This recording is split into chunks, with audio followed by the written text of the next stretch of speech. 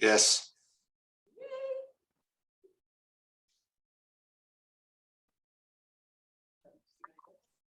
I saw that of the 13th.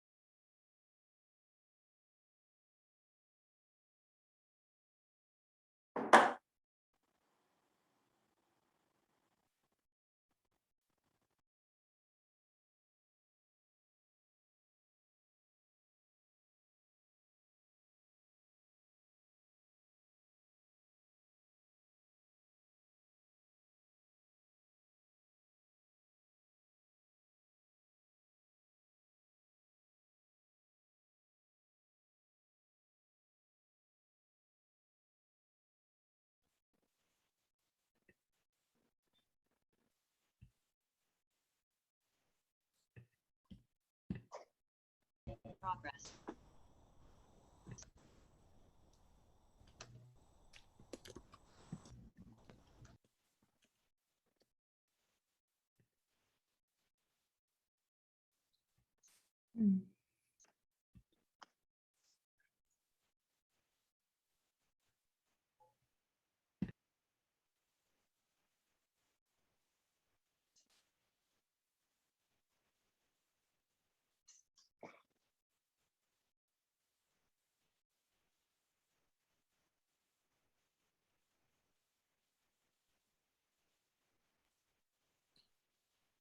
Can everybody hear me okay? Yes, sir. Thank you. Okay, I'd like to call this meeting to order. Welcome everyone to our regular city council meeting of October 25th, 2021. And with that, I would like to ask our city clerk to please call the roll. Counselor Long, Present. Counselor McLaughlin, Counselor Runyon, Present. Counselor Randall, Present. Counselor Richardson, Present. Mayor Mays. Present. At this point, item 3 is the Pledge of Allegiance. I'd like to call on Counselor Scott Randall to please lead us in the pledge.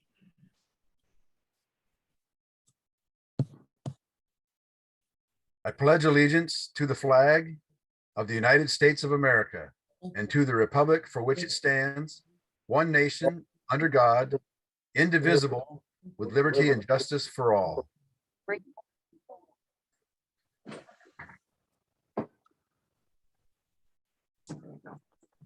Is it on now? If I speak good. Thank you, Counselor Randall.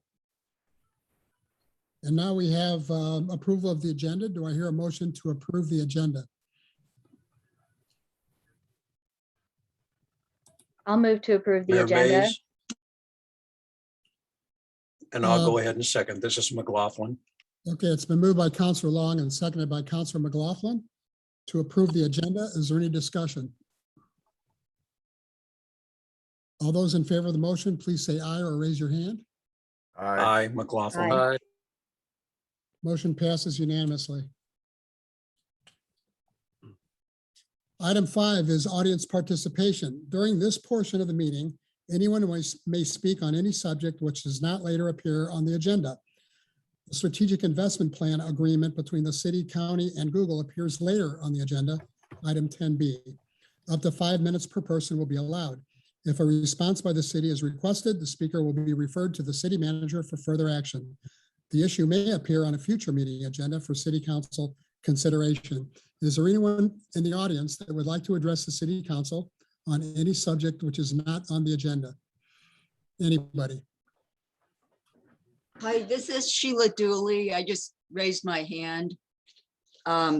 Sheila Dooley, 3300 Venzel Road, Mosier, and I'm with the Friends of the Waldron Brothers Drugstore. I just wanted to mention that we're a 501c3 because there seems to be some confusion about that. And I'm asking City Council to direct staff to stop moving forward with the demolition of the Waldron building. There's a need to work to come up with a plan and to re-engage the public, as this has never happened after the August 2019 work session. And this is partially due to the pandemic, among other reasons. As you know, we have an emphasis on history in our community. The Waldron building is a vital part of that history. Built during the Civil War, it is a primary resource on the National Register and listed in the top 10 of Oregon's most endangered places. It's the oldest commercial building downtown and has survived numerous fires and floods in the 1860s and 70s. It is the most visible historic building from the freeway and draws people to our town. There is no compelling reason to tear it down. Once it's gone forever. Thank you. Thank you for your comments. Is there anyone else who would like to address the city council for any subject not on the agenda for up to 5 minutes? Can you hear me? Yes. Oh, good. Well, this is Sam Woolsey. I'm at 751 East 18th here in the Dalles. I'm a lifelong resident of the Dalles. My family has been here since before 1900 on all sides, and I know that a lot about the history and what's gone on here, and I have a real sense of heritage for this community. I think it's a wonderful community, and I would like to say I think it would be a travesty to tear down the Getchell building, the Waldron Drugstore. It was built in 1867, not that long after the Fort Dalles was built. And I think it would be I think it would be a wrong thing to do, especially these days with all of the tourism that's coming in for the boats, the cars. I mean, if you look out on the freeway now, there are so many cars that come by the Dalles. And I think we're at a point where we can start bringing more of them in. We're getting a lot of boats in. It's just, there's a lot of things for them to do. It's just wonderful to see what's going on downtown, what's going on with Todd Carpenter's doing at the Recreation, and Chuck at the Granada, and over at the Neon Sign Museum, and all over in downtown. And I think we need to go that way. But just to take a wrecking ball and take down that building would be a bad move, I think, on our part. What we really need to do with it is put a sign up on top of it, and it says, "Visit Historic the Dalles." because you can see it from all over the freeway. Anyway, thanks very much. I appreciate the time. Thank you very much for your comments. Anybody else? Mr. Yeah, Clayton. this is Eric Gleason, 704 K Street, the Dalles. The Waldron Ghetto building is one of the most iconic and beautiful buildings in our community. And with a little work, it can become even more of a community asset. Previous councils have seen fit to start us on this path, fixing the roof and the parapet, starting the earthquake stabilization, installing climate control, and repainting the front of the building with quality paint. The Friends of the Waldron look forward to partnering with the city to find the best path forward, one that ensures that this beautiful, important building remains a vibrant part of our community for generations to come. And we're really looking forward to working with the city to see that this happens in a timely manner. Thank you, Mr. Gleason. Is there anyone else? Okay.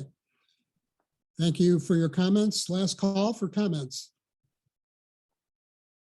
Okay, with that, we'll move on to the city manager report. Our city manager has been involved in a rather serious family issue that prevents her from being here tonight. So we'll forego the city manager's report. We'll move to city council reports.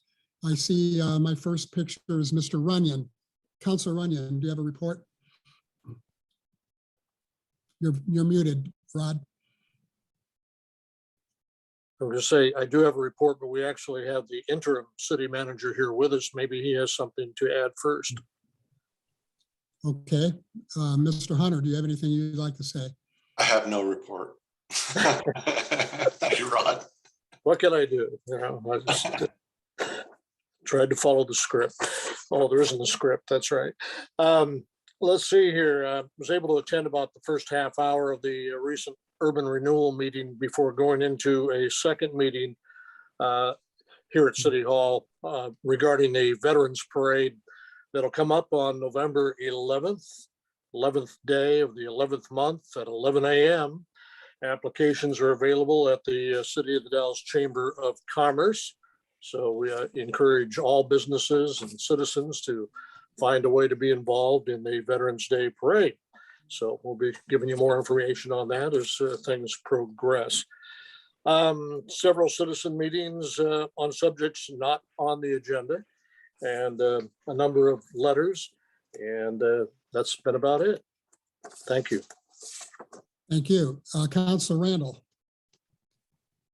Thank you, Mayor Mays. I have nothing to report. Councilor Richardson. Thank you, Mr. Mayor.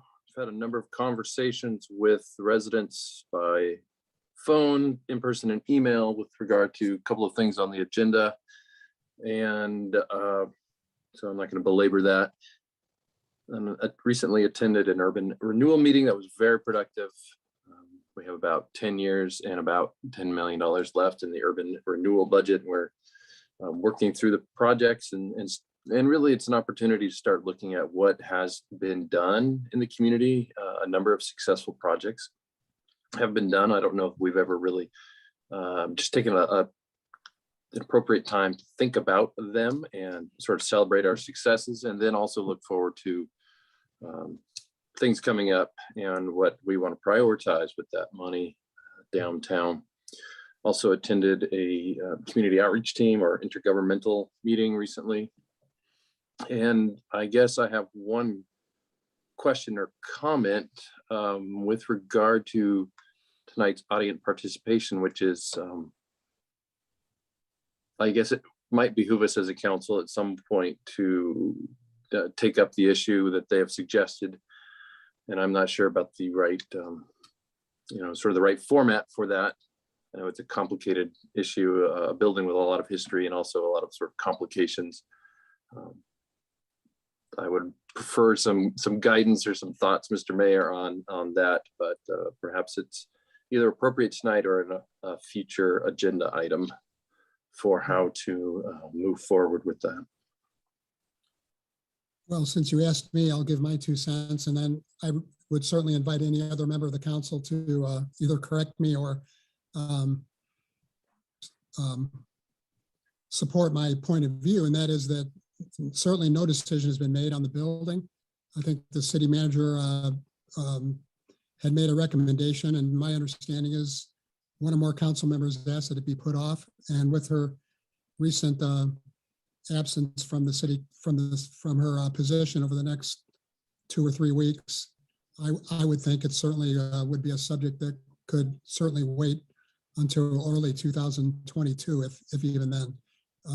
So with that, I'd like to invite any other member of the city council to either disagree or support that point of view.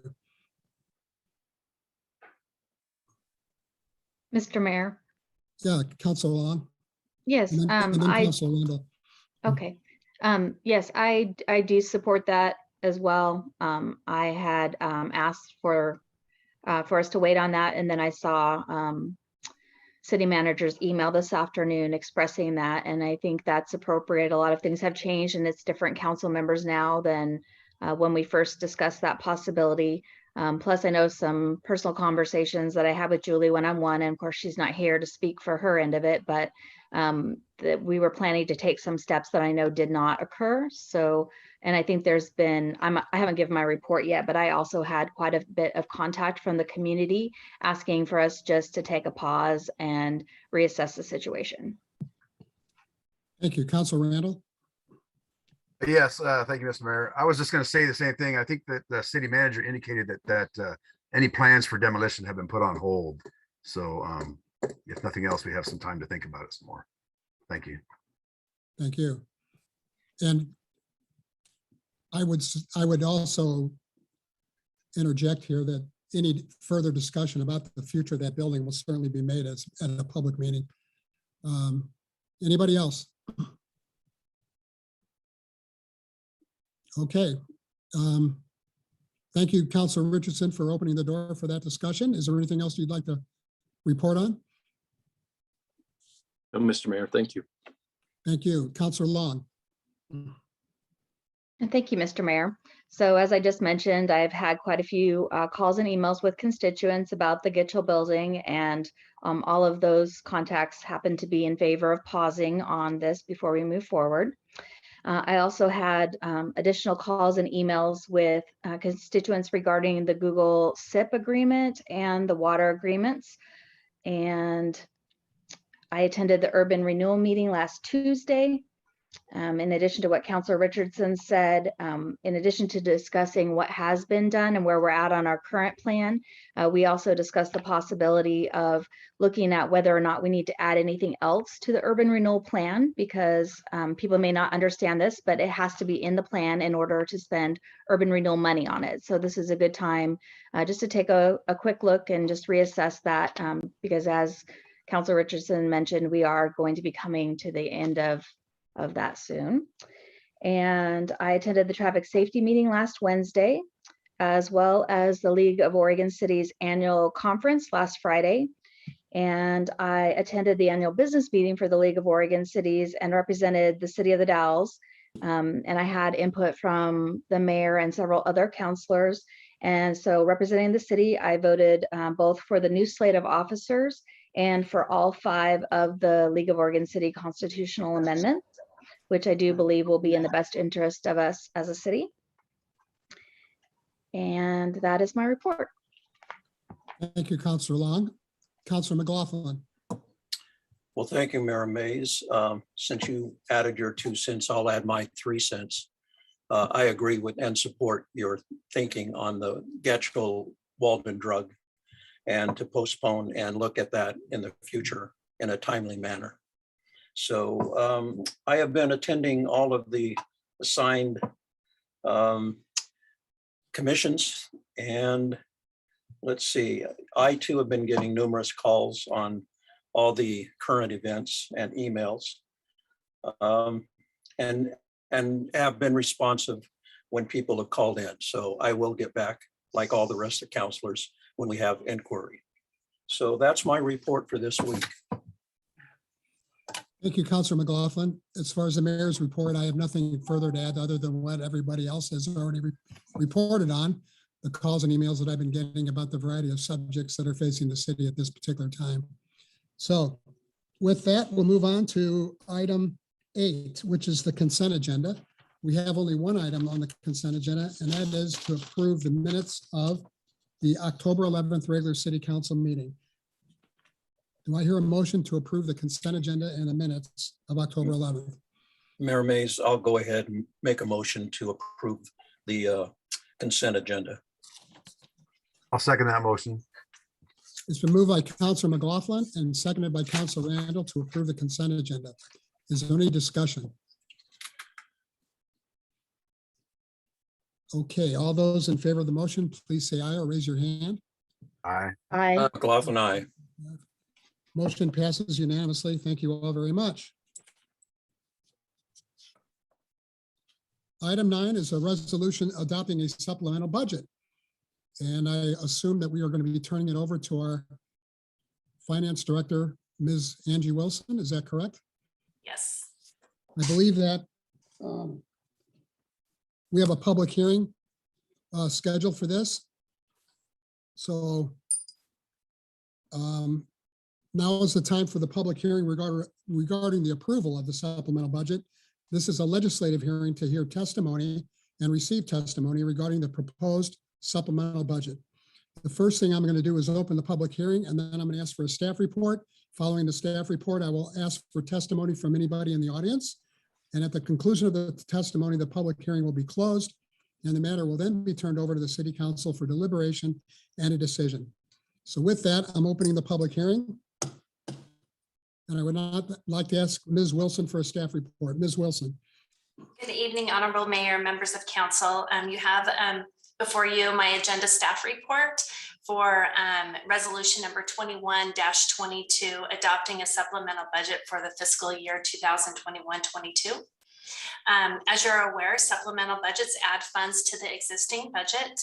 And notice of the supplemental budget was in the Columbia Gorge News on Friday, October the 13th.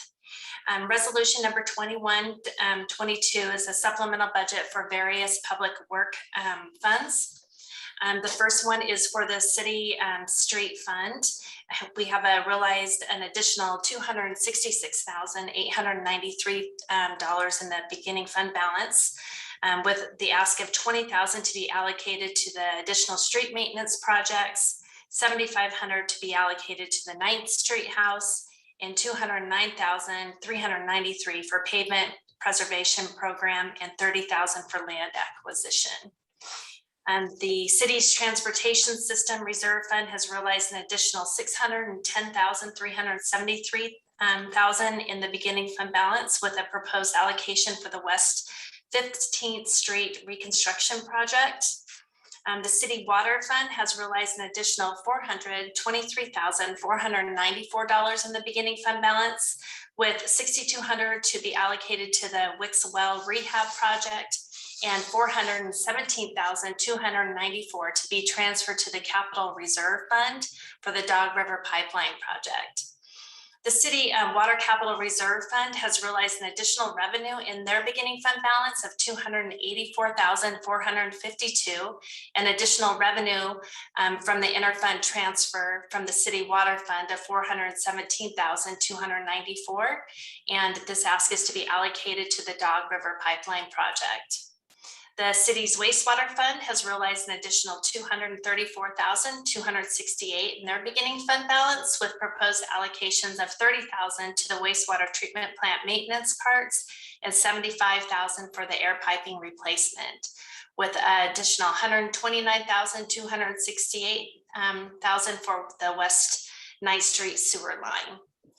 And lastly, the city sewer special reserve fund has realized an additional $3,553,482 in the beginning fund balance, with proposed allocations of $1,558,482 for the West Side Interceptor project, and $1,995,000 for the West 2nd Street utility project, which was postponed from the fiscal year 2020-21.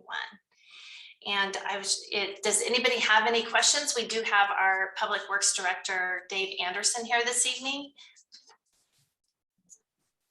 Does anybody have any questions regarding this? Councilor Runyon, I do. And I do too, Councilor McLaughlin. Okay, we'll start with Councilor Runyon and then Councilor McLaughlin. just a refreshment to the memory, the $7,500 to the 9th Street house, did that have something to do with the right-of-way thing we were discussing a couple weeks ago? Yes, it does. Okay, and I just was going 9th Street house. I didn't know we had another house. Okay. But that, I assumed that's what it was, but it wasn't explained in here. And then the money for land acquisition, is that just a general pot or is that specific? The $30,000 placed it for land acquisition. Counselor, that's for a specific purchase of some right of way out on West 15th Street. Okay, very good. Okay. And I was just trying to put those together as I went back through the old council minutes and whatnot. Thank you much. That's all I had. I retract, Councilman retract. McLaughlin? I retract my question. It was answered. Okay. Any other questions for the staff? Councilor I have. Richardson. And then Councilor Long. Thank you. This question for Public Works.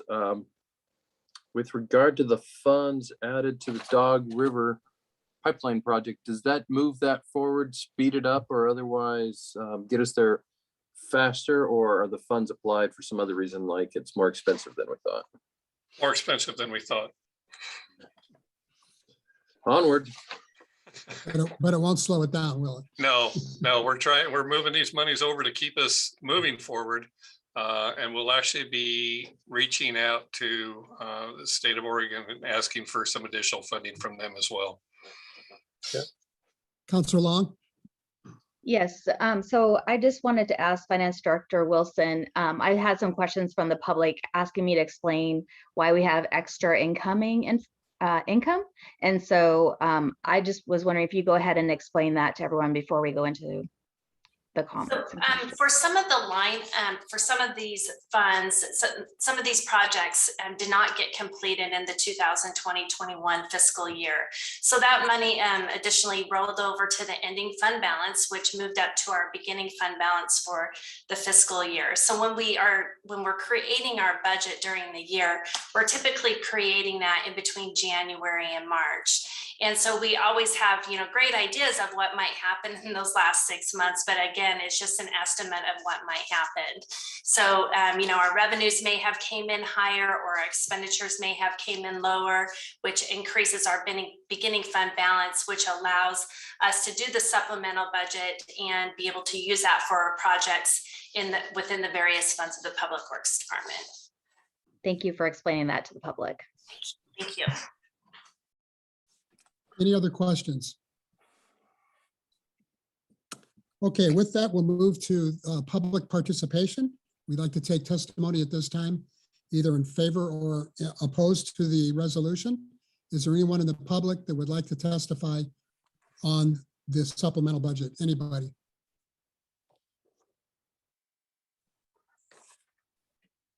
Okay, last call. I don't see any hands raised. I don't hear anybody calling me to their attention. So with that, I'm going to go ahead and close the public hearing. And now I will turn it over to the City Council for deliberation. Either discussion or a motion.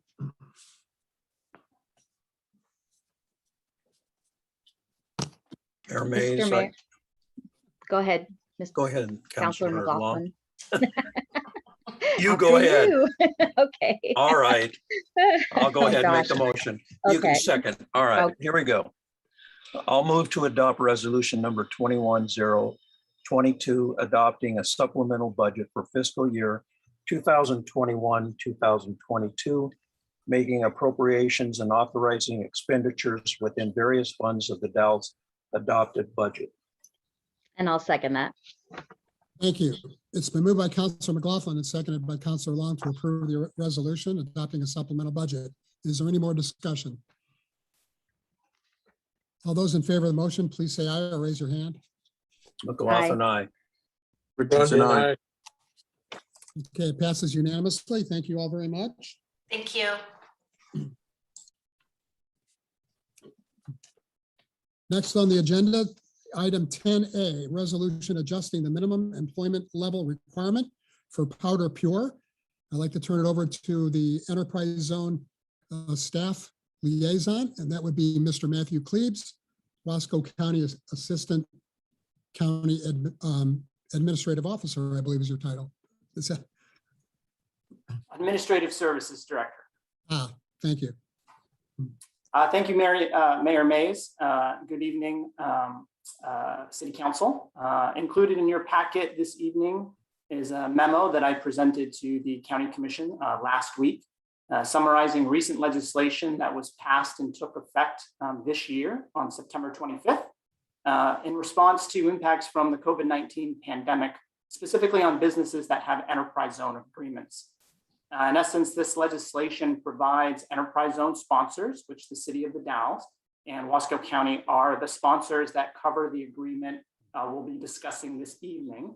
It gives those sponsors the option to adjust the minimum job requirement a business needs to maintain in order to remain eligible to receive the exemption.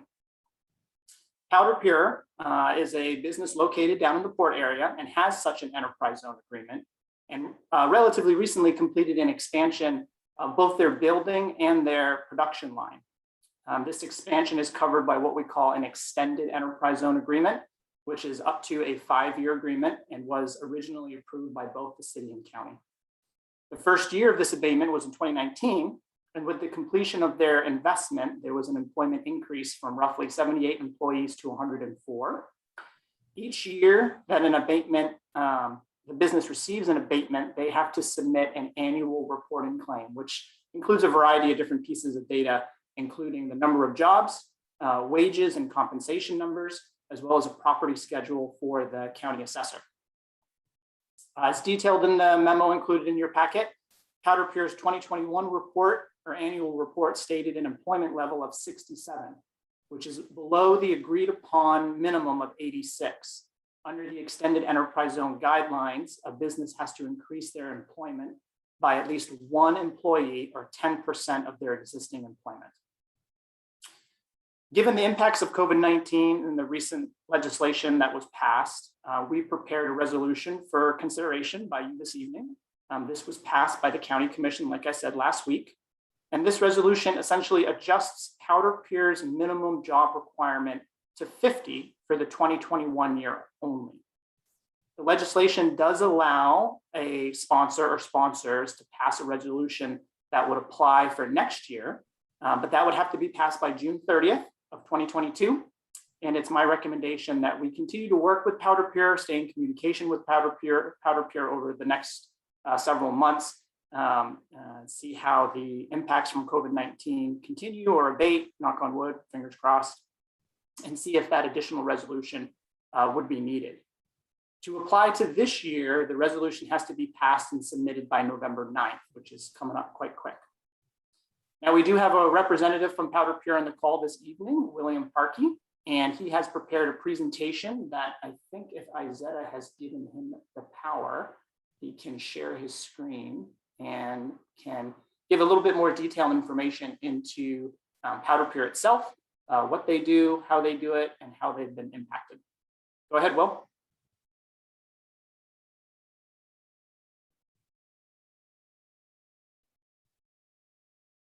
All right, can everybody see my screen? Yes. Yes. Looks good. Looks good. All right, I am William Parkey, Engineering and Maintenance Manager for Powder Pure. We, like many other businesses, have been affected by the pandemic, not only in our employment levels, but through our orders and production amounts. In 2020 to 2021, we have been seeing a reduction in our plant's running capacity down to 28% of our capacity. This is a little troublesome because we had just expanded our total plant capacity by 50% in the year prior.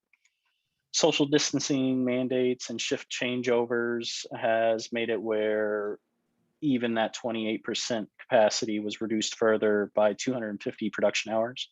And this was mostly due to the time periods in between shift requirements. So we had to create bubbles in which no one would actually interact. And then the cleans that would happen in between those shifts, we would have to shut down. This resulted in the 250 production hours lost and direct costs of $42,000. Our employment headcount, which is the main point of contention with our enterprise zone abatement, you can see a kind of steady decline from when this started. The bulk of that decline was our sales staff had left their jobs to find new employment, and we were not able to backfill those positions after several attempts. And we actually ended up outsourcing that into another sector of our parent company. So that's that kind of the big jump down from 68 employees down to the high 50s, which no longer opened those jobs to our area. That being said, we've always had open jobs that we've been unable to fill within the current climate. This is an issue not only for us, but other port area in the Dalles area. And it's not just skilled labor, it's entry-level positions. We're just having a lack of applicants. We have not been able to be fully staffed, even though we have extensive recruiting through several outsourced recruiters, as well as local job fairs through our local HR.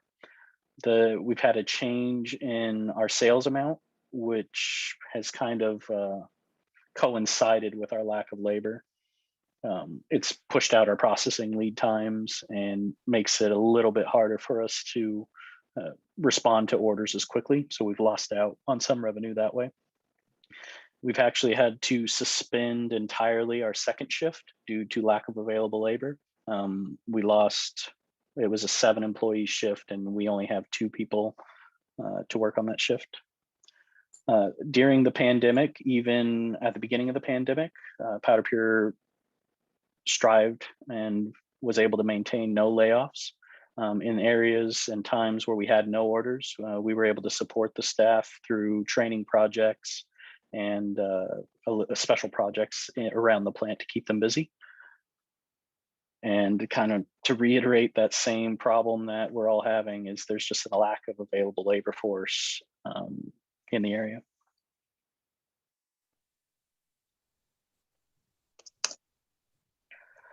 Our annual production has averaged around 30,000 kgs a month. We were expecting this year to be a 40,000 kg a month year. The pandemic directly related to orders and sales has lowered that. Along with our employment constraint, our overtime has increased greatly. So while we do employ less employees, though, unfortunately, we're asking those employees to work a lot harder and a lot more hours. Our overall average employee salary is above 42,000, so it's a livable wage. We offer great benefits, scheduled shifts. We're a good place to work. We're just having trouble finding those employees. And that's the end of my presentation. I hope that we can, sorry about that. I hope that we can find a solution in the future to getting some more people coming into our city and finding those available jobs. Is there any questions for me?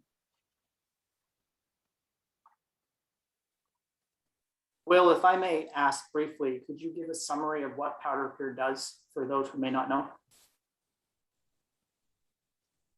Absolutely. So Powder Pure is a food processing company. We take raw ingredients and we turn them into a shelf-stable powder. So think raw spinach, raw greens, raw fruits, raw apples. They come in whole form on trucks. We'll grind them up into a slurry, and then we turn that into a dehydrated powder. Shelf-stable, organic most of the time, and with as minimal carriers as is available. So there's not a lot of filling material, not a lot of sugar put into it. So this is kind of a holistic push forward for food. It's whole food, clean label. Any questions from the City Council? Councilor Long? Thank you, Mr. Mayor. So I'm wondering, when we first entered into this enterprise agreement with Powder Pure, it was a local company. And I know that they've been purchased and bought out by an international company at this point. And so I'm just curious, I mean, obviously you've invested quite a bit of money into increasing production capability in our community, which is fantastic. But now that you're having issues with labor, are we at risk of losing the manufacturing to another area within this large company? So the agreement actually was with the same company. Just to put that in perspective, that is a real possibility. And we're trying to make our site as advantageous to keep our production capabilities here for as long as we can. I mean, I want to keep my job. So we're going to do everything we can to keep those jobs here. And you don't necessarily have to answer, but I would hope that you're doing some outreach with the city directly in the county in order to figure out how we might be able to assist. Because I think we have a vested interest in making sure that Powder Pure and good paying jobs stay in our community, not just because of the enterprise zone. Yep. And we have entered into internship programs with CGCC. We've worked with some of the local high schools to actually bring in some work internships so they can see what it's like. We've done several job fairs throughout the gorge at the Expo Center, one in White Salmon a couple weeks ago. So we're actively trying.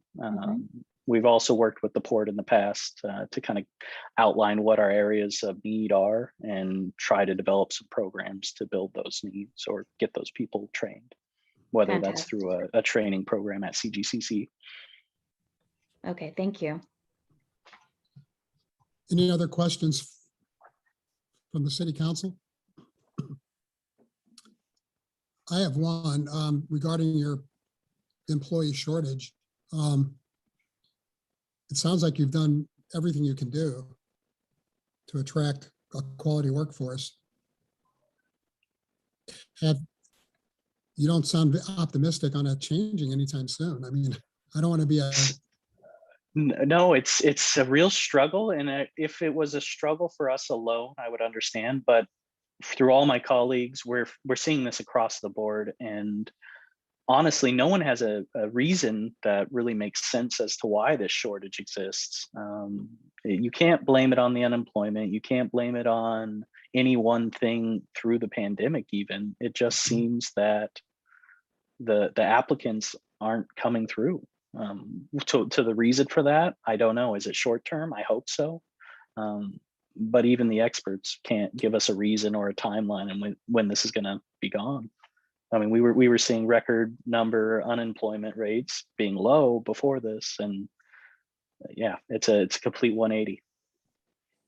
And I would also agree that it's not just affecting the Dalles; it's a lot of places.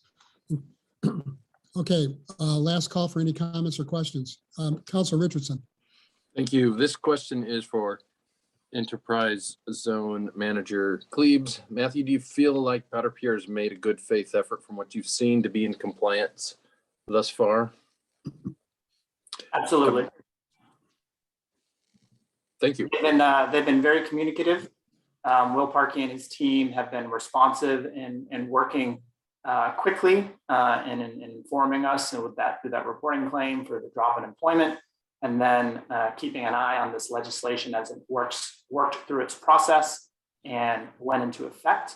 And as I mentioned previously, the deadline for this year's resolution just being November 9th, it was a relatively small window to get through. So as I made mention at the county commission meeting last week, I wanted to compliment Will and his team for working with me through this and being helpful. Thank you. Mr. Mayor, I support doing what we can to keep local manufacturers here and working when there's just sort of modest adjustments that we can do to help them.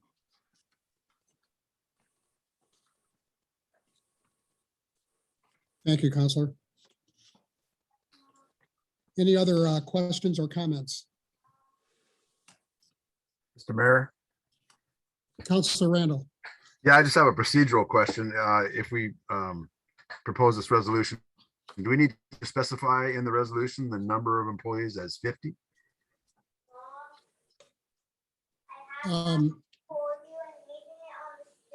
would If I may, suggest, Mayor, yeah, go ahead, Mr. Cleaves.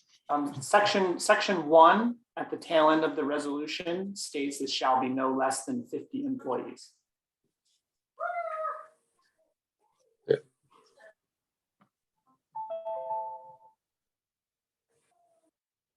Okay. Any other comments or questions?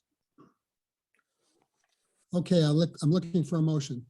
Mr. Mayor, it's Councilor Runyon. I'll make a resolution, a motion, bearing in mind that we may be looking at this again in June. The legislature put this particular codicil in the agreements for this kind of purpose, and it's to make everybody whole, and hopefully things will work out for Powder Bureau. So I'll make a motion to approve resolution number 21023, a resolution adjusting minimum employment level requirement pursuant to sections 2 and 3 of House Bill 2343, parentheses 2021 for Powder Bureau. Thank you, Councilor. Is there a second? I'll second that. It's been moved by Councilor Runyon and seconded by Councilor Long to approve the resolution. Is there any more discussion? All those in favor of the motion, please say aye or raise your hand. Aye, McLaughlin. Aye, Runyon. Motion passes unanimously. Thank you very much, and good luck to you, Mr. Barton. Thank you all. Okay, item 10B on the agenda is approval of a strategic investment plan, or SIP. You'll be hearing, those of you in the audience will be hearing the acronym SIP agreement between Google, Wasco County, and the city of the Dalles. I will also like to offer that the city council will be considering 2 agreements related to Google, this SIP agreement and also an infrastructure agreement involving water, sewer, and other improvements. That agreement, the infrastructure agreement, will be on the city council agenda next city council meeting, which is Monday, November the 8th. Now, as far as the SIP agreement is concerned, we will first hear from the aforementioned and introduced Matthew Klebs, who will give a staff report. After Mr. Klebs speaks, I would also call on the county assessor, Jill Amory, who will discuss the property tax issue, especially as it relates to our potential or tentative agreement with Google specifically. The third, we will then entertain questions and comments from the city, well, actually just questions from the city council. Fourth, we will entertain questions and comments from the public. Your comments will be limited to up to 5 minutes. We would ask you to identify yourself when the time comes with your name and your address after I call on you, and don't forget to unmute yourself. The 6th, after the public discussion or public comments and questions, I'll turn it back over to the city council to discuss the issue. And that will, of course, then we will entertain any kinds of motions to pass the resolution under consideration. I'd also at this time like to introduce, in addition to Mr. Klebs and Ms. Amory, Tyler Stone, the administrative services officer for the Wasco County, is here tonight. Kristen Campbell, who is the county's attorney, Jonathan Kara, who is of course the city's attorney, and Kathy Schwartz and Scott Hagee, who are also members of the Wasco County Commission. So with that, I would like to turn it over to Mr. Klebs for the staff report. Thank you, Mr. Klebs. Thank you, Mayor Mays and members of council. Before you is the culminating work of many months of effort by various individuals involved in crafting the legal agreement included in your packet this evening. As previously, of course, I've included a memo summarizing the strategic investment program created underneath Business Oregon, similar to the enterprise zone agreements that we were talking about previously, and expressing the shared interest by Google, the city, and county in utilizing a SIP agreement for the development of privately purchased and owned piece of property here in the city of the Dalles, generally known as the aluminum site. This is property that Google has already purchased from a private seller and is looking to continue their investment in the Dalles. I want to stress first and foremost that this SIP economic incentive or agreement is wholly separate from other use agreements and other necessary approvals that Google, as any development or developer, would need to go through and secure in order to move forward. Those will stand on their own and won't be circumvented by the SIP agreement under discussion tonight.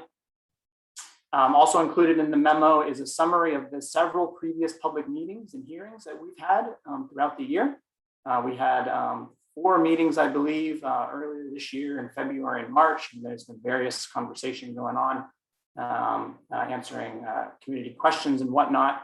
In essence, this is a topic that has been discussed and reviewed and discussed again several times throughout the year, and bringing it forward to the council tonight as an action item. Went to the county commission last week as an action item and was approved. Those previous meetings involved the presentation of a term sheet or a summary sheet of the SIP legal agreement.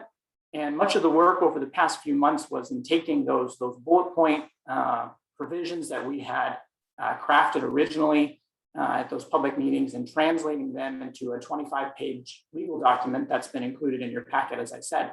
All sides needed to be agreeable to that legal agreement. The triggers had to be in place for what happens when, and took a substantial amount of effort to get that all squared away and do our due diligence on and reviewing. It also took some additional time to communicate with our partners and other parties, including the fire district, to generate and get to understanding and alignment with the SIP agreement and its associated projects and impacts. And at the end of the day, the only substantive difference between that original term sheet that we presented and its bullet points and a similar bullet pointed list presenting the legal agreement tonight is that there was a change from that from a 20-year window allowing for the up to 15-year tax abatement agreements, a change from 20-year to 25 to allow Google the additional time needed to complete those projects, get them in the construction queue, and get these developments completed. Again, I'd like to stress that even with that change in that window, each of the up to 2 projects may still only receive up to the 15-year exemption each. But I'll take a step back and I'll simply review kind of that bullet point list that I referenced earlier, just to refresh everybody's memory and explain the key components of the agreement to anybody new on the call this evening. So again, this agreement covers up to 2 distinct SIP agreements or data center projects. As I mentioned, it provides a total maximum of a 25-year window for the 2 projects, each with a maximum 15 years of partial tax abatement before returning to full tax. There's a one-time $3 million initial payment for each project tied to what we call construction in process. And then the main components, which are partly state prescribed of the legal agreement, include statutory taxes, which is tied to the total level of investment of each project. And so per Business Oregon, if the total investment is under 500 million, 25 million of that development would be taxed. If the total investment is 500 to a billion, 50 million of that development would be taxed. And if the total investment in the development is over $1 billion, 100 million would be taxed, and that would be for up to, again, each project.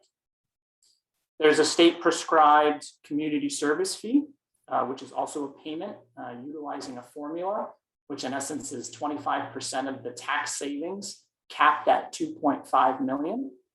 And then there is what we call the guaranteed annual payment or gap payment for each project. And the gap is again based on a formula, and it's based on a percentage of total property tax equal to the combined payments of the statutory taxes, the community service fee, and then the gap. And so project 1 is 50% of full tax, and project 2 is 60% of full tax.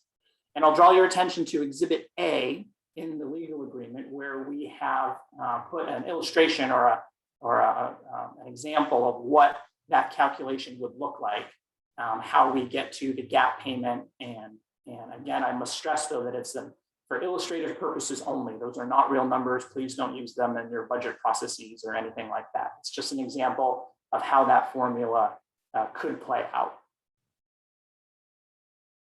The state taxes, the community service fee, and the gap payment will be paid each year of the abatement. And the agreement also includes the transfer of approximately 35 acres of property that Google currently owns to the county. And this is property that's close to the Norcor facility. And that would be finalized once we have approval from Business Oregon on the agreement. The agreement also includes a right of first refusal. And a right of first refusal gives the city and or the county the option to purchase the property from Google so they cease operations for up to 10 years after the completion of the final abatement. This also includes a credit towards the purchase price to potentially offset any costs of demolition or repurposing of that property. Included in your packet is a resolution for consideration this evening approving such an agreement. A similar resolution was passed, as I said previously, by Wasco County Commission last week. And the next steps, should the resolution be passed, is for Wasco County to formally request determination on the applications on the projects by Business Oregon. And that formal request is on the county's, tentatively on the county's agenda for the first meeting in November.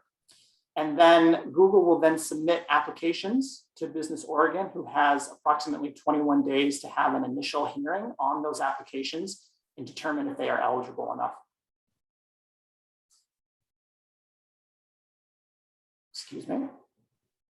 If the respective resolutions pass and this process continues to move forward, we'll be continuing to do work and development of determining the distribution of the community service fee, which involves participation by the city, the county, and 75% of the tax levy of non-school districts, relevant tax districts located at the project site.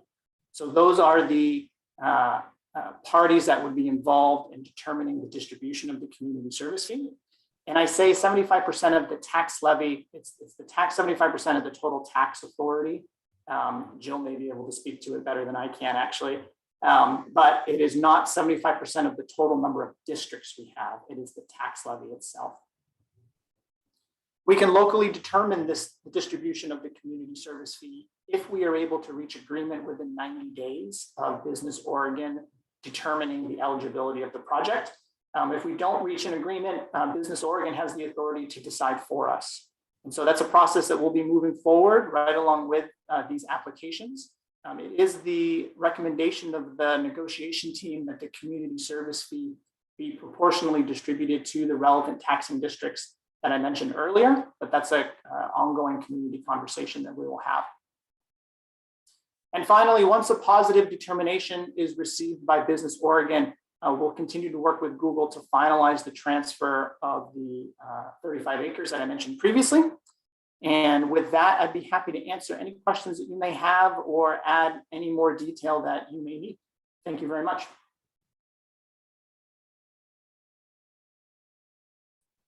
I would ask that we hold questions until after Ms. Amory gives her presentation. So thank you very much, Mr. Klebs. And at this point, I'd like to turn it over to our county assessor, Ms. Jill Amory, to discuss the property tax issues connected with this project. Ms. Amory, thank you for coming. Absolutely. Sound check. Can you hear me okay? Yep. Perfect. Thank you, Mayor Mays. Good evening, councilors. Jill Amory, your local assessor and tax collector. The timing of the tax statements being mailed out, we always try to do a lot of public update about values and taxes every year, combined with the SIP agreement before you has caused a lot of chatter out there in the community. And as some of you counselors said, you've been hearing that and engaging in some of those conversations. So I really wanted to take this opportunity to provide a high-level overview of valuation, property taxes, exemptions, and then just simply the facts. So let's start with a little bit of tax. In the tax arena, MAV, maximum assessed value, and Measure 50 prescribes that the maximum assessed value increases 3% each year. So that's the tax portion, statute, ballot measure voted in 1997. Our office, a team of appraisers, spend most of the year valuing their properties to the real market value. So if you were to buy or sell a property, that's that real market value. We spend the majority of the year valuing those. We do a market study every year. And then the lower of those two is what becomes your tax assessed value. So what your taxes are calculated on. So that's how the basics of the system work. So sometimes when we do our updates, values are going up, the market's strong. So RMLS, our study, RMLS reported a 13.6 market increase in 2020. We value every year as of January 1, so January 1, 2021. Our market study saw similar real market values. However, the Measure 50 prescribes 3% maximum assessed value. So again, the lower of those two are going to be what you're taxed on. So it does get confusing for the public, especially when the headlines read, property tax increases. Yes, it did, typically by 3%. Though our market increased 13.6%, most people will only see a 3% increase in their taxes this year. So I just wanted to demystify that and get those facts out there. The reverse also happens. In 2009, when our market tanked, values went down. When real market value drops below that maximum assessed value, you'll actually be taxed on the lower of the two, the real market value. So we really follow what the market's doing, whether it's going up, going down, or stabilized. So with all of that, and I think really the conversation around taxes going up, a lot of not understanding how it works, a lot of property tax payers are questioning, Google doesn't have to pay their taxes, why do I? So I think what a lot of people don't understand is it's not just Google. For instance, we just saw Powder Pure, who was a recipient of the enterprise zone, brings value to the community, brings jobs. But on top of that, we have just under 20,000 tax accounts in Wasco County. We have 2,794 exempt or partially exempt accounts. So not just Google, not just enterprise zone, there is a wide array of government, city, towns, nonprofits, religious, social welfare exemptions. That's a large number of exemptions. So again, not just Google, they're not the only ones receiving, and it's not just enterprise zone. But these larger programs, such as the SIP and the long-term rural enterprise zone, do get a lot of attention because the numbers are large. And they are meant to attract large investments to communities like ours, also to our neighbors, Morrow, Umatilla, Prineville. The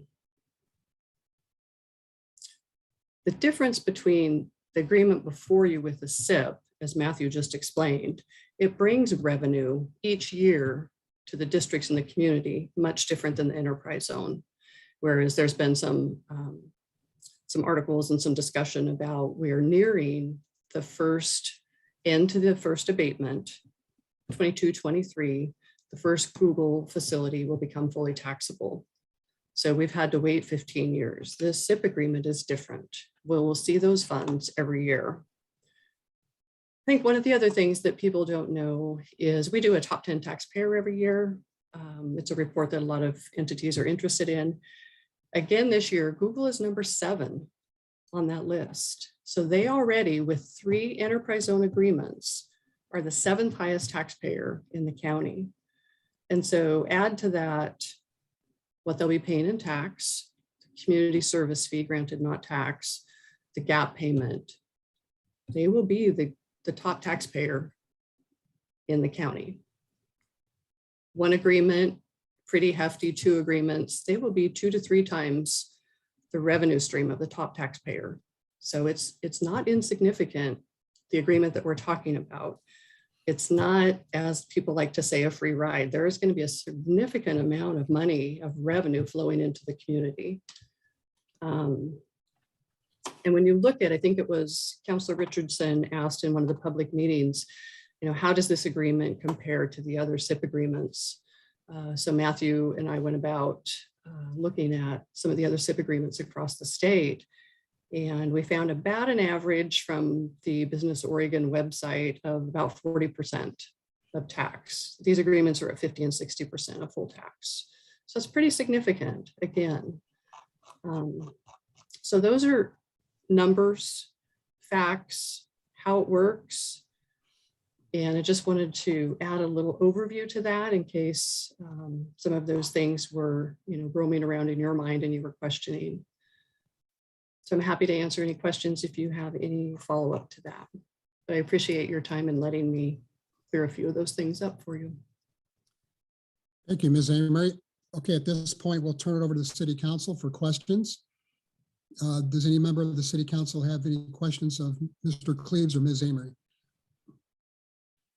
regarding the agreement or the presentation regarding property taxes? Councilor Long, and then Councilor McLaughlin. So I have no idea how many times I've read this agreement, but so many times. And while Mr. Cleaves was talking, I was just randomly glancing through the agreement, and I just realized that there's a very minor, like insubstantial thing, but on page 35 of the packet, Article 8, under miscellaneous 8.1, where it says notices. I just realized that it says when you notify the city, it has the address for Wasco County, and then if to the county, you notify City Hall. I don't know why I just saw that, but I did. Page. I see it, and we'll make note of that. That was just a flip. It's a big nothing, but yeah. The addresses are correct. It's just yeah. Sorry, that's my only comment. Thank you, Councilor Long. Councilor McLaughlin. Well, if you really knew me, you would know that my focus in life is serving and protecting children.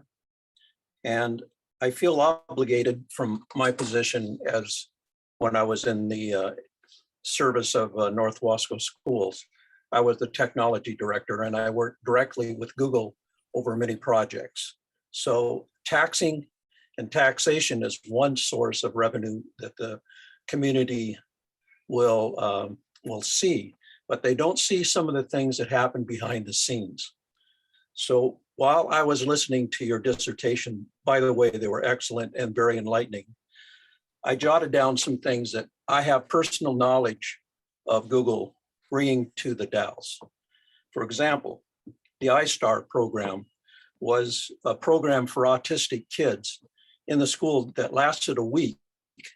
They brought in a specialist. He was a designer from Disney World, Florida. They brought him in, and he worked with the kids on a program called SketchUp. I do have a video of this, and I can forward it and have it available if you'd like to see how that affected these kids. And Councilor Long, I noticed that I saw your picture on the movie. That's one. 500,000 K. Do you know our school district was working with computers that were so obsolete, they didn't work half the time. And that was my job, was to get those working. Well, they gave us at least to get the memory up so we could use them. We finally decided, they called me and said, Mac, what could you do with, at that time, 300, but it turned out to be about $500,000. They bought they brought in truckfuls of new HP computers, and we put them into the schools. They came out and they helped us side by side with school district employees, and they put them in the schools, got them working. 150,000 K plus Wi-Fi access citywide that's at the Discovery Center, parks, and critical shopping center areas. Library, the new addition to the children's side of the library. Now, please, if you haven't taken a look at that or stopped by, it's an incredible asset to our community.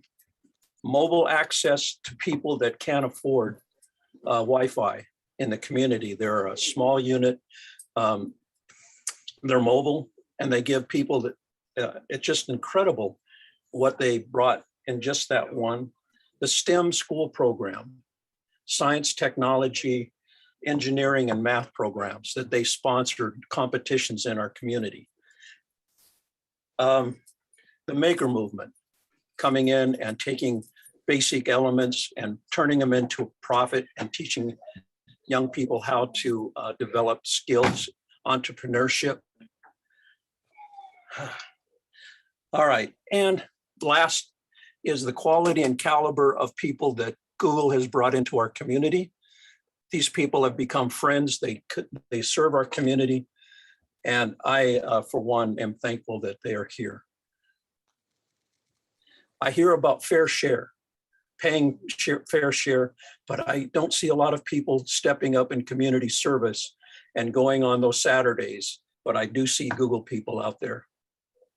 So I rest my case. Thank you, Councilor McLaughlin. Is any other counselors questions for the staff? Councilor Richardson. Thank you, Mr. Mayor. This question is for either Matthew or Jill as appropriate. Two questions. One, with regard to the community service fee to be negotiated with 75% of total taxing authority, does that include the school district or not include the school district? It does not include the school district as a percentage of the 75%. It does not preclude, of course, input, but the Oregon statutes specifically lay that out, which districts contribute to that 75% mark, and school districts are not part of that. Thank you. And just a point of clarification for me, will the hopefully locally negotiated community service fee need additional resolutions from the taxing bodies to be to take effect? I would say possibly. I'm not sure the exact agreement vehicle that would be used, if it would be resolutions passed by the various taxing districts, or if a single memorandum of understanding would be a more appropriate vehicle. That is some of the continuing work that we would do once we know a community service fee is coming down the pipeline. To whom it may concern, I strongly want City Council to be able to take a look and give input and vote on that. That's it. Thank you. Thank you, Councilor. Anybody else? I have a question for Ms. Amory. Jill, when you addressed the issue about Google being the 7th largest taxpayer, I'm sure there's people that think they should be the leading taxpayer. I remember before I was mayor, we all know that the 2005 agreement with Google brings in $250,000 annual payment to the city. The second agreement with Google, which was negotiated in 2013, brings in an additional $800,000 to the community, which adds up to $1,050,000 per year. And at the time, I was under the impression that at $1,050,000, if that was actually a tax payment instead of a payment in lieu of taxes, they would be the leading taxpayer in the county. Is that a correct assumption? You are correct, Mayor Mays, and thank you for making that point. They're not tax dollars, but indeed, the top taxpayer this year is Union Pacific Railroad, and I believe they are at $748,000 and some odd dollars. So that's, if you include those non-tax payments that we do receive as revenue, they do indeed bring in more revenue than the top taxpayer currently. Okay, and since I've been mayor, the Taylor Lake facility, they're also paying annual payments in lieu of taxes on the third phase, which was negotiated in 2000, which was actually finalized in 2020. And that is an additional $1,800,000 to the community every year. So if you add the $250,000 from 2005, the $800,000 from 2013, and the $1,800,000 from 2020, that comes to a total of $2,850,000. And that does not, of course, even include phase 4, which is what we're voting on tonight. Does that jive with your information? Yes, Mayor, that is correct. Okay, thank you for that clarification. Okay, before we move to the public, last call for the city council. I want to remind you all that after we get public input, we will go back to the city council for further comments and or questions before there's any kind of vote. So last call for city council at this point before we go to the public. Okay. Mr. Mayor, Yes, Councilor Runyon. more of a statement at this point. I still want to hear from the public and some questions and whatnot, which always have a tendency to stand out. And if there's things that need to be changed, great. But I would, in full disclosure, say that I was on the Port of the Dalles Commission when we brought Google to the Dalles, and it was a long process, and it's worked out well. And Tim mentioned the library, the children's wing. I was personally there when their people came. Darcy Knockdale and several others were there to put the ribbon on the children's wing of the library, and among other things, helping with 911, helping with the college and so forth.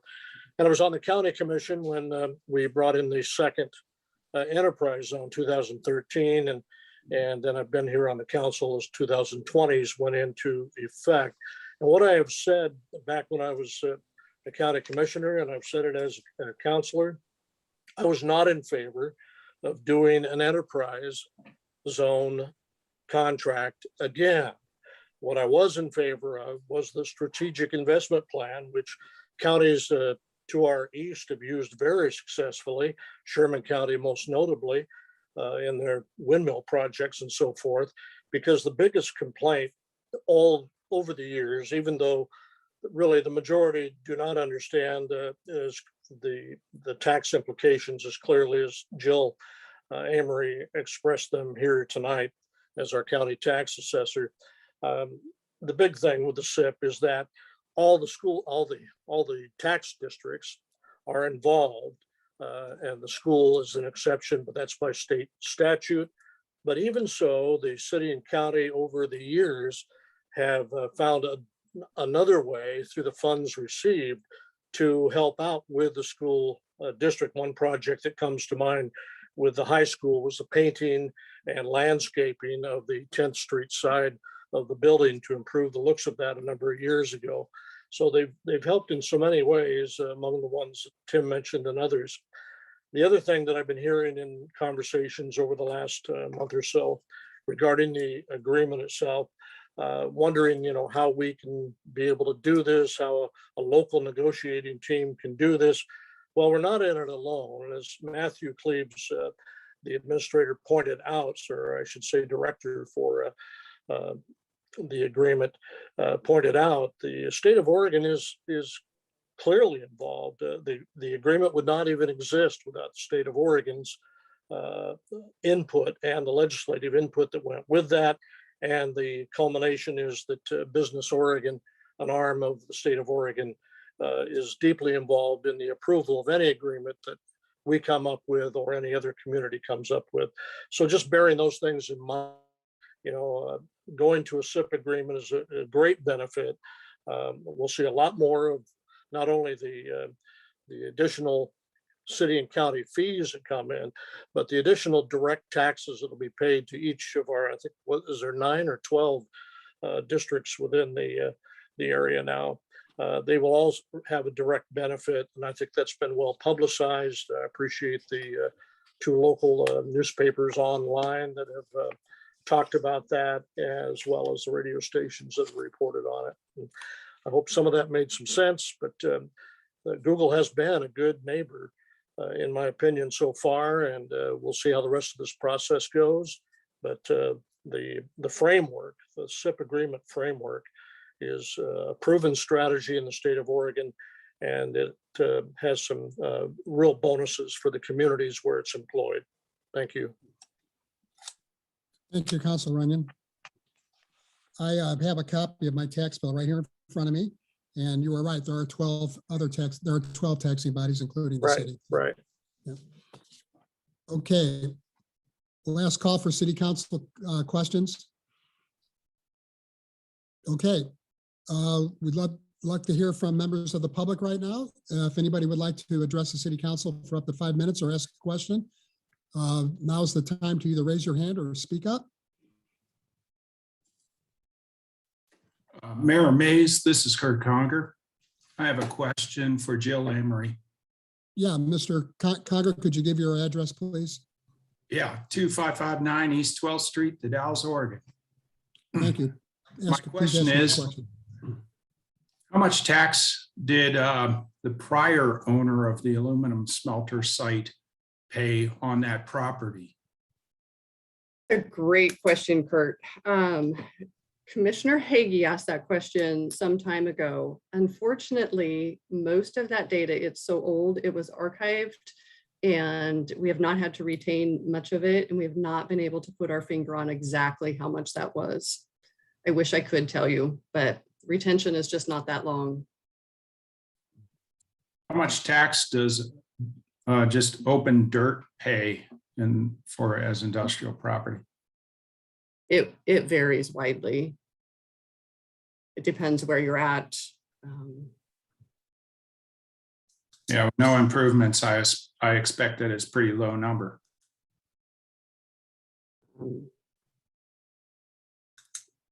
Define low. A lot less than if it had been. Yeah. But so actually, if you think about that, Google owns several sites. They're taxed on their land. They're not taxed on the improvements that were invested. So any new infrastructure, they do pay on what we call the old round top window building. They had purchased that. So with what they're paying with the land that they own and that one improvement, they're the 7th highest taxpayer. So it's not too inexpensive to own that land. Thank you. Thank you, Mr. Conger. Anyone else would like to ask a question or make a comment?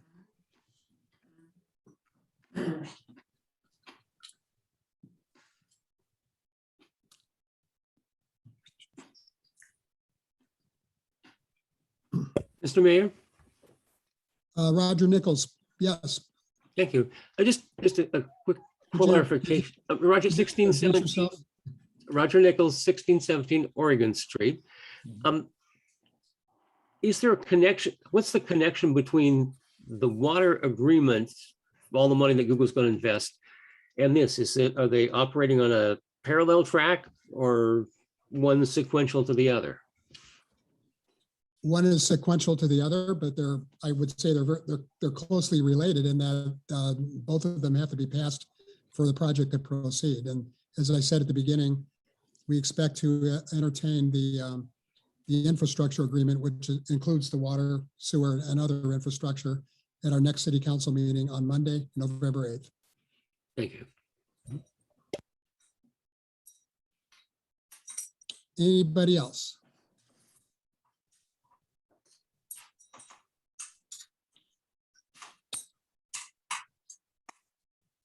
Okay. I will now, last call. I'm going to turn it back over to the city council. If anybody in the audience would like to address the council even after that, I'll certainly entertain anyone that still wants to speak. This is an important issue and a big issue for the community. So last call for public comment before we move to the city council. Okay. Next, as I said, we'll now go back to the city council for discussion. Anybody on the city council like to ask any more questions or make any comments on the SIP agreement? Mr. Mayor? Councilor Randall. Yeah, thank you, Mr. Mayor. I don't have anything to add that hasn't already been said by other council members, but we have had close to a year to review and analyze and discuss this agreement and also hear public comment and citizen feedback. I know it's not universally supported by the community, but I'm confident that this agreement is mutually beneficial to the city and to Design LLC, and I plan to vote in favor. Thank you, Councilor Randall. Anybody else on the city council?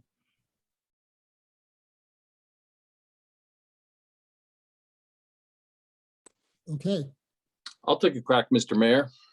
okay, Counselor Richardson. I was waiting. I didn't want to jump to the front of the line this time. I have a few comments just to outline my thoughts. I'm going to be as brief as possible. I know there's a lot of interest in this issue, and rightfully so. And I know that a number of people in the community at large are skeptical about the city dealing with a very large and powerful corporation and about giving them tax breaks. And I have to say, I sympathize. Just as a regular working guy, I'm troubled by that idea too. But as I've mentioned to a number of people, that's not a council decision. It's sort of the reality of the world we live in, that cities and states have to compete, will compete for big projects, and we either negotiate to try and find some beneficial agreement or get nothing.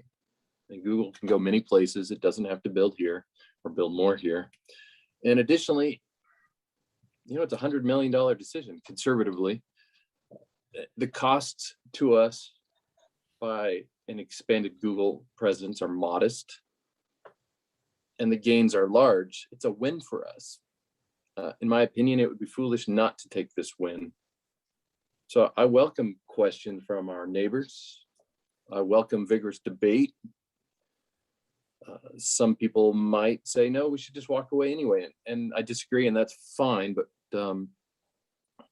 in my opinion, as Councilor Randall noted, we've had this conversation ongoing for a year. And it's been in negotiations and discussions by others for longer. It's not something we've rushed into.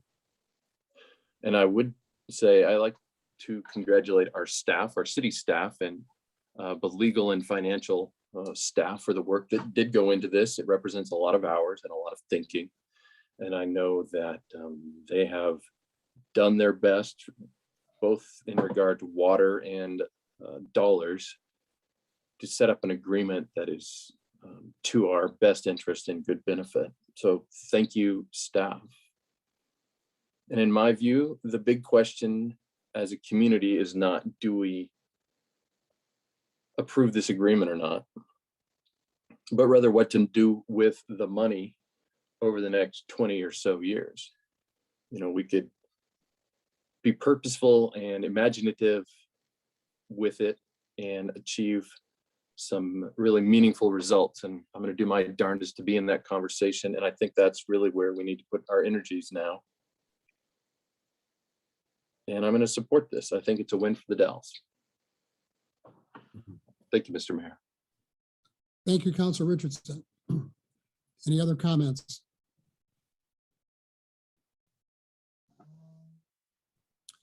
Okay, with that, I will entertain a motion. Mr. Mayor, this is Councilor Runyon. I'd like to make a motion to referring to resolution number 21-024, resolution approving the strategic investment program agreement between the city of the Dalles and Wasco County as co-sponsors with Design LLC. Is there a second? I'll second that. It's been moved by Councilor Runyon and seconded by Councilor Randall to approve a resolution adopting the strategic investment plan between Google, Wasco County, and the city. Is there any more discussion? I'd just like to make a comment in regard to Councilor Richardson's comments. I totally agree. And it would be good to really to go back through and put together a good list. There have been many great accomplishments that the city and county were able to put together over the years. And I'm sure we're going to have opportunity to do some of those same type of agreements in the future to improve our community and the county. Thank you. Excuse me, Mayor Mays. Yes. I think you need two motions. You need one to approve the strategic investment program agreement, and then you need to adopt the resolution. Jonathan, is that correct? Can you please repeat that?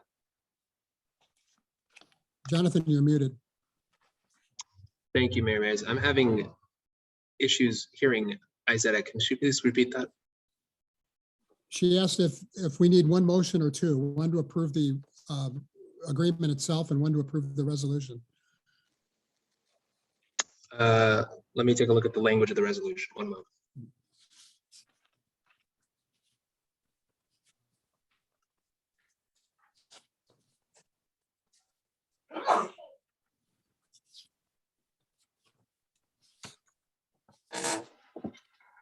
No, just one motion authorizing the city manager to enter into the resolution. Should be just fine. Okay, so we need one motion, right? Yep. Yes, please. Thank you very much. Thank you. Okay, it's been moved by Council Runyon, seconded by Council Randall, I believe, to adopt the resolution. Is there any more discussion? Yes, Mayor Councilor Mays. McLaughlin. Before we move on, I noticed that some of the social media has been criticizing the city for not having legal representation that matches the Google's. For all of you that know me, and I say this, is that we have two of the finest legal attorneys representing the city's interest. And I have complete confidence in the legal firm that we have employed. Thank you. Thank you. Any other discussion?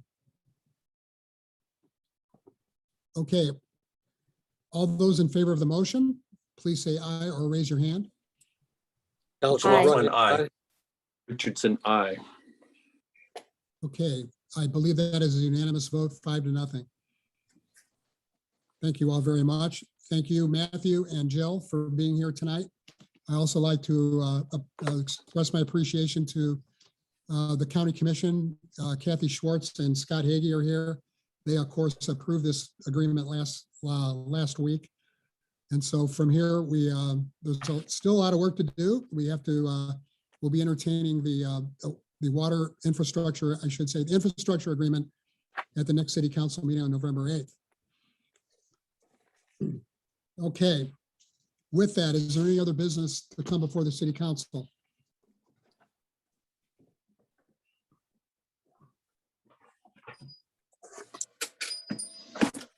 Okay, thank you all very much